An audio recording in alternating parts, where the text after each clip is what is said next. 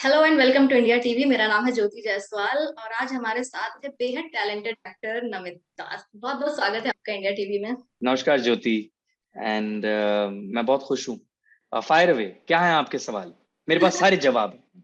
अच्छा, तो शुरुआत आपकी फिल्म से ही करते हैं। जो आपकी फिल्म आने वाली है उसके बारे में कुछ बताइए। क्या आपका रोल है? नेहा शर्मा आपके साथ हैं, इसके अलावा दीपक डोबरियाल जैसे और अमित सियाल जैसे बड़े कलाकार हैं। तो कैसा रहता था सेट पे माहौल और कैसी रही आपकी फिल्म की शूटिंग?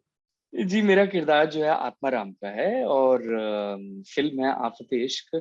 आफत इश्क बहुत ही अ, अलग सी दुनिया है।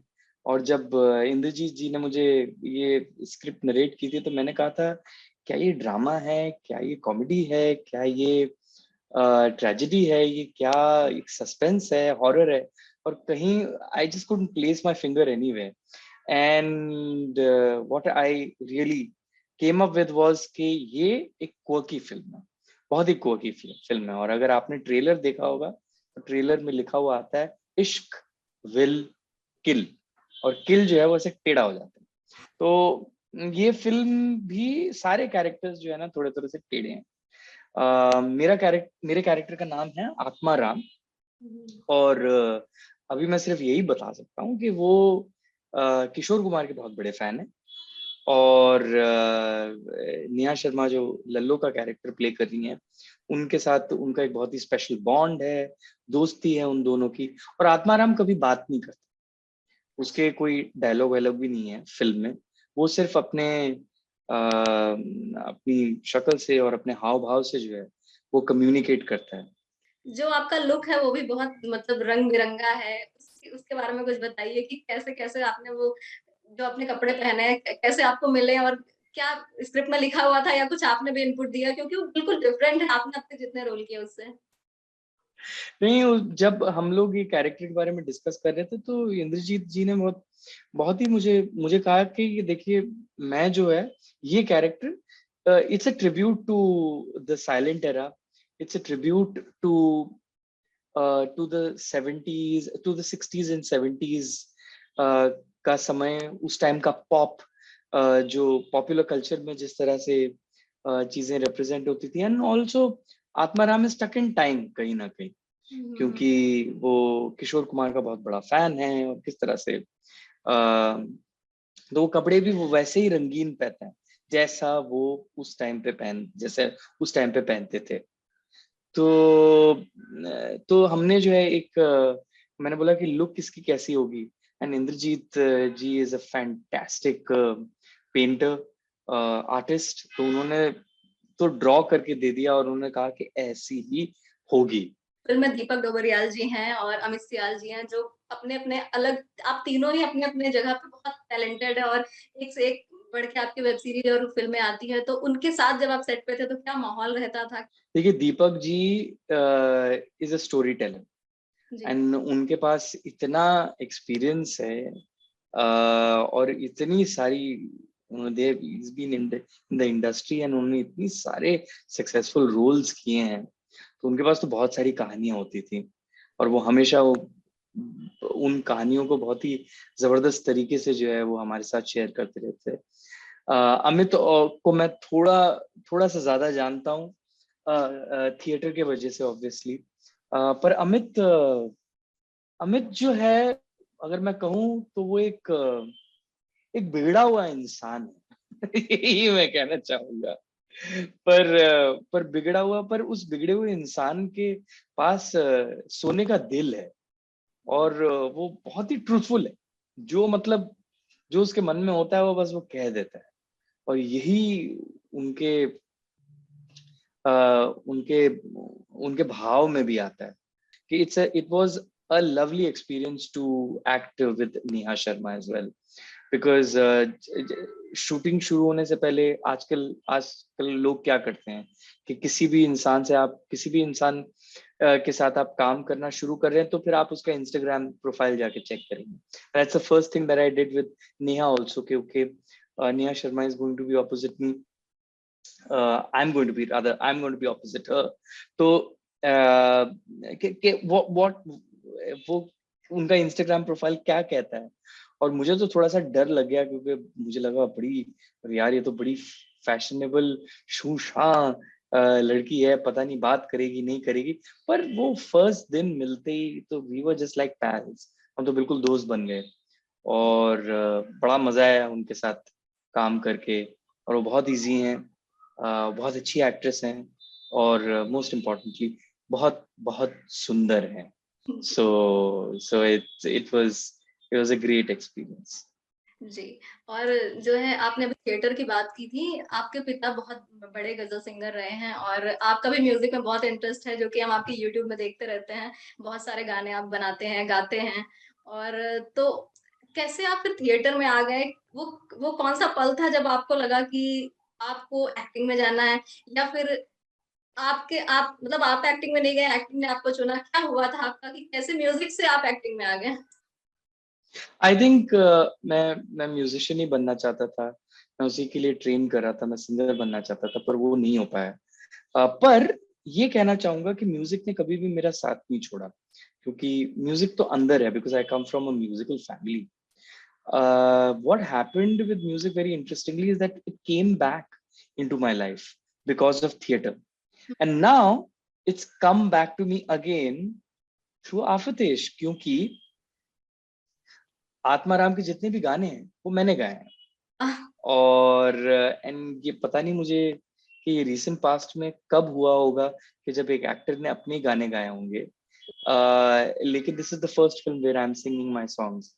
क्योंकि मैंने जब इंद्रजीत जी, हम लोग कैरेक्टर के बारे में बात कर रहे थे, तो मैंने कहा एक सेकंड, आत्माराम किशोर कुमार का फैन है और वो बिल्कुल। गाता है, नमित दास किशोर कुमार का फैन है वो भी गाता है, तो क्यों ना नमित दास आत्माराम के लिए गाए। और फिर ऑब्वियसली गौरव चैटर्जी जो म्यूजिक डायरेक्टर हैं, he came into the picture, he heard my voice test and he said that that will be perfect for Atmaram, and I was the happiest person on this planet and I got to know that I will be singing Atma's songs.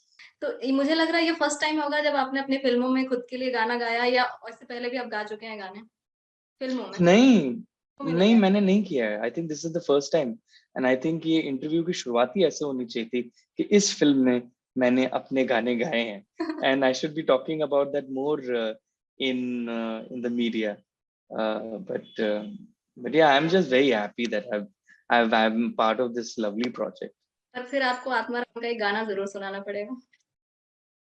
आत्मा राम के गाने तो मुझे याद नहीं है, क्योंकि ये मैंने रिकॉर्ड भी एक साल पहले किया था। पर डेफिनेटली नेक्स्ट टाइम जब मैं इंटरव्यू करने आऊंगा तो मैं आत्माराम के गाने आपको जरूर सुनाऊंगा, because I will sing that. But मैं कुछ और किशोर का जो है थोड़ा सा गुनगुना देता हूँ। वो है कहना है, कहना है, कहना है, कहना है, आज तुमसे ये पहली बार हो, तुम ही तो लाई हो जीवन में मेरे प्यार, प्यार, प्यार। या जब जवाहर का किरदार तो खत्म हो गया था, तो सेकंड पार्ट में तो आप नजर नहीं आएंगे। हाँ, ये अफसोस के साथ मैं ये कहना चाहूंगा और इस दुनिया में कि नहीं रहे उसमें। राम माधवानी जी ने मुझे मार दिया, और मैं इस दुनिया में, एटलीस्ट आर्या की दुनिया में तो नहीं रहा। हम्म। पर मैं ये जरूर कहना चाहूंगा कि उन्होंने जो भी मुझे दिया सीजन 1 में, it has been a gift. It has really been a gift. And the fact that the show did so well meant so much for my career. Definitely took it ahead, and it really gave me a direction which I had never expected. I just opened up my Twitter, and मेरे Twitter पर पता नहीं किसी ने tag किया होता मुझे, saying that it has been nominated for the Emmys. मुझे ऐसा लगा कि मजाक है, पर देन फिर मैंने वो रीट्वीट किया, एंड देन फिर ऑब्वियसली सब लोगों के जो है ना मुझे मैसेजेस आने लगे, और फिर मुझे खुद पता चला कि this is the first time they got to know that they have been nominated for the Emmys. So Ram was very excited. He messaged me at 2 o'clock in the morning saying that you broke the news to us on Twitter. I said, okay, I guess I don't know how how I become important in just in keeping everyone sort of informed about this. But अगर आपके बचपन की बात करें, बहुत कम लोग जानते हैं कि आपका बचपन कैसा रहा, किस तरह की मस्तियाँ करते थे, पढ़ाई में कैसे थे, कैसा रहा आपका बचपन, माहौल कैसा था? मैं मैं बहुत ही बोरिंग था एक्चुअली बच्चा, कि वो काफी मतलब पढ़ाकू टाइप था, पढ़ने में अच्छा था। और मेरे मतलब मैं हमेशा कहता हूँ कि मैं फर्स्ट नहीं आता था, पर मैं हमेशा टॉप 5 टॉप 10 में रहता था क्लास में। हुँ, मुझे याद है कि कॉलेज में, जूनियर कॉलेज में, जब 12th का मैंने एग्जाम दिया था, तो हिस्ट्री में मैंने उस ईयर मैंने टॉप किया था अपने कॉलेज में। तो मैं बड़ा पढ़ाकू टाइप का था, जो पढ़ता था, जो टीचर्स के हमेशा बिल्कुल जो है ना, I used to try to be in the good books of all the teachers, homework करने वाला, वो जो बच्चे होते हैं ना जिनके हमेशा नेल्स कटे होते हैं। वेल मेंटेन, मैं कैसे ड्रेसअप होके स्कूल वेल जाना। वेल मेंटेन्ड, और यहाँ तक कि मेरे लिए हर चीज एक जॉब होती है, हर चीज एक काम होता है।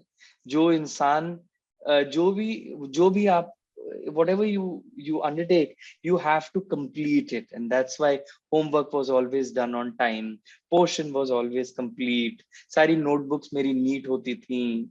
फिर बॉम्बे में हम लोग रहते थे, लेकिन सुबह सुबह जो भी हल्की फुल्की थोड़ी सी ठंड होती है कई बार दिसंबर जनवरी में, तो मैं वो स्वेटर पहनता था एकदम परफेक्ट।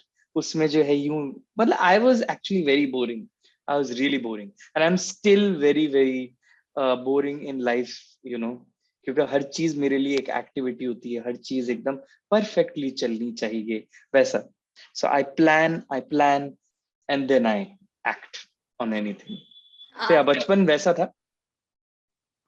आपके बचपन की बात सुन के अनसुटेबल बॉय मूवी याद आ गई, एकदम अच्छे से perfect.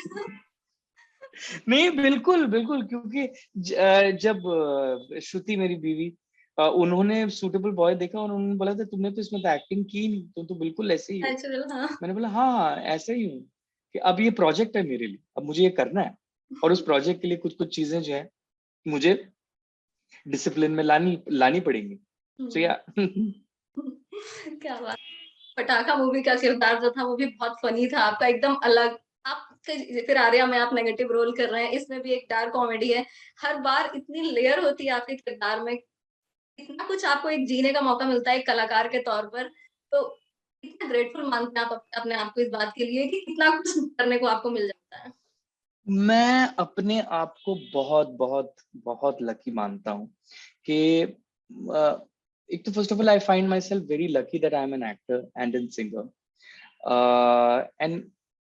and I find myself even more lucky when I look at people around and artists around me, and I say that I've got the opportunity to be so many different people.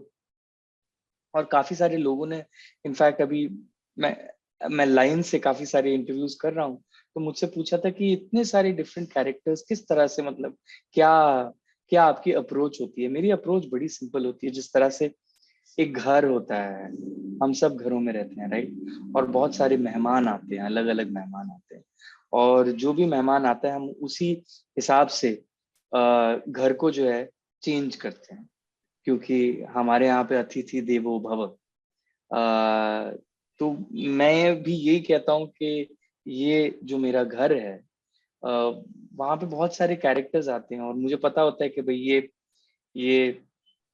ये character कुछ 30 दिन रहने वाला है मुझ में, और ये इंसान मुझ में 30 दिन रहने वाला है, तो किस तरह से मुझे अपने आप को बदलना पड़ेगा उसके प्रति। तो ये चीजें मैं इसी तरह से I just deal with them somehow. आफ्तेश आ रही है आपकी 29 अक्टूबर को, तो क्या कहेंगे आप फैंस के लिए? क्यों देखे वो? मैं सिर्फ ये कहूंगा कि इट्स वेरी वेरी इंपॉर्टेंट कि आप 29 अक्टूबर को देखिए आफत इश्क, क्योंकि देखिए कौन से नाम है फिल्म में, इलारू, नेहा शर्मा, नमित दास, दीपक डोबरियाल, अमित सियाल, विक्रम कोचर, और बहुत सारे अन्य कलाकार। ये when have you seen such an interesting bunch of actors coming together and telling a story? Indrajit Nattoji जो डायरेक्टर हैं, वो बहुत ही जबरदस्त डायरेक्टर हैं, और वो डायरेक्टर ही नहीं बल्कि बहुत ही जबरदस्त आर्टिस्ट भी हैं। तो आपको जो भी फ्रेम इस फिल्म में दिखेगा वो एक पेंटिंग जैसा आपको दिखेगा, you know. And most importantly music इस फिल्म में मेरे जितने भी लोग मेरे भी जितने भी फैंस हैं, जो भी फॉलोअर्स हैं, they will see me singing my own songs and then acting it out. So I think that is going to be special, and I think that is a first in its own way. So, so yeah, watch Aafat Ishq on 29th October. Do not forget, because Ishq will kill, and this entertainment will not kill you. It'll really make you happy. Thank you so much हमसे बात करने के लिए। Thank you, Jyoti. Thank you.